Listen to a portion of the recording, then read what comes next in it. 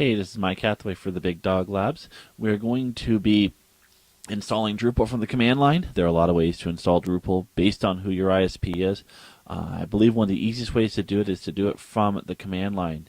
It avoids a lot of messy details, FTPing and figuring all that stuff out. So as you see in front of me, I have my terminal all set up, and I'm going to SSH into the Big Dog Lab server. So I'll go SSH-L, enter my username, the Big Dog, and of course we can connect to bigdoglabs.com. Take a look in there, and there is my directory for our demo site, which is demo.bigdoglabs.com. I've gone in ahead of time to the control panel provided by my ISP and created this website, or basically this subdomain name. And it generates this folder. This is the folder I need to be putting my Drupal files into. If you're using some other hosting provider with some other domain or free domain you don't control, like the name of, you need to know, hey, what is the folder my HTML documents go into to show up on the web? That is the folder you're going to install Drupal into. So we're going to go into demo.bigdoglabs.com.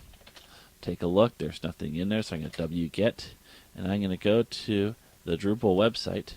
I'm going to copy the link to download Drupal. It's always here on the website waiting for you to download. I'm going to paste it in, hit enter, and it's going to download it for me. There it is. So all I got to do is go tar-xvf to unzip everything. I'm chic and lazy, so I will simply copy that information right in there. Now I've got a folder with all my Drupal files.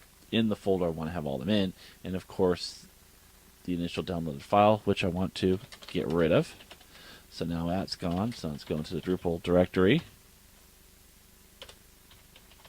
Alright, in there we can see all the files that make a Drupal site work. We need to move them up a directory to that directory we were initially in. So we're going to move everything up a directory. Now it's empty. If I go there, now I can see there's that Drupal directory I was in, and here are all the Drupal files around it. I like to, again, keep things clean, get rid of that. So we'll just make it go away. Now it's all clean. Now there's one more step. If you do a Drupal installer, it will ask you to do this later on. It's easier to do this now, and that is to get the settings file ready. I'm going to go into the sites folder, then into the default folder within there, and then I'm going to copy the default settings.php file to settings.php. Very important, it's settings.php. This is a file that will hold, where the database is and all that Drupal's going to be setting up later. We're done. We have now done everything required to be done from the command line to install Drupal, and now we can go straight to the Drupal installer. I'm going to go ahead and just log right out of the server, so I'm no longer connected to it, and I'm going to bring up my web browser, and I'm going to go to demo.bigdoglabs.com. And it's got my Drupal installer. I'm going to be installing Drupal in English.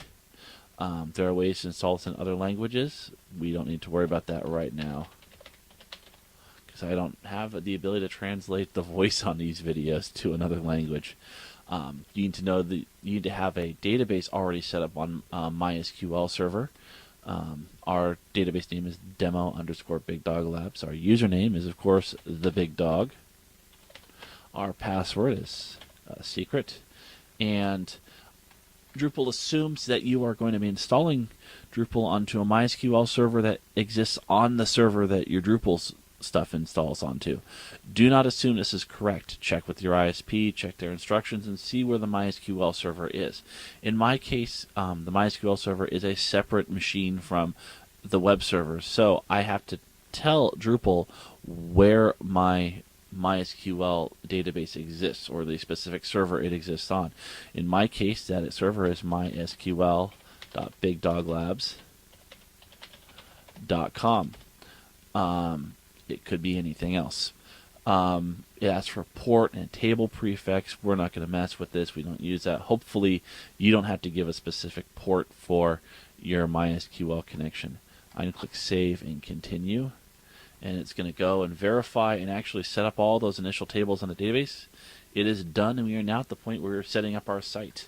So, this is, of course, our demo Big Dog Lab site. And you have to have a site email address. My email address is thebigdog@bigdoglabs.com. And it's going to ask you to set up an administrative account. This is where we get into best practices with Drupal. You're going to set up an administrative account, and then the first thing you're going to do when you start using the website is create your own administrative account. You should always have 2 admin accounts. The default admin account I recommend that you actually never really use. Give it a cryptic username, give it a really cryptic password, write that down, and store it somewhere. Store it in your safe. This is your emergency backup login information. Should someone screw up the account you use all the time, or you get hacked or something, you have this to pull out of the safe, log into the site, and take over everything with. If you only have one admin account for a Drupal site and something happens to that account, you are in deep trouble. So I'm going to set up a weird username. I'm going to keep things simple in this case. I'm just going to say that my username is admin, and my email address is thebigdog@bigdoglabs.com. And I'm going to put in my password and make sure the time is correct. Clean URLs. This is another video. We'll show you how to do clean URLs on a shared hosting server or a regular hosting server. Again, we keep these videos short, so we're not going to deal with that right now. Now I say, hey, check for updates automatically. And now we have our brand new Drupal site ready to go. That's all you got to do. That's the end of this video, how to install a Drupal site from the command line. There are many more videos showing many other things we can do with the Drupal site at our webpage at thebigdoglabs.com. This is the Big Dog signing off.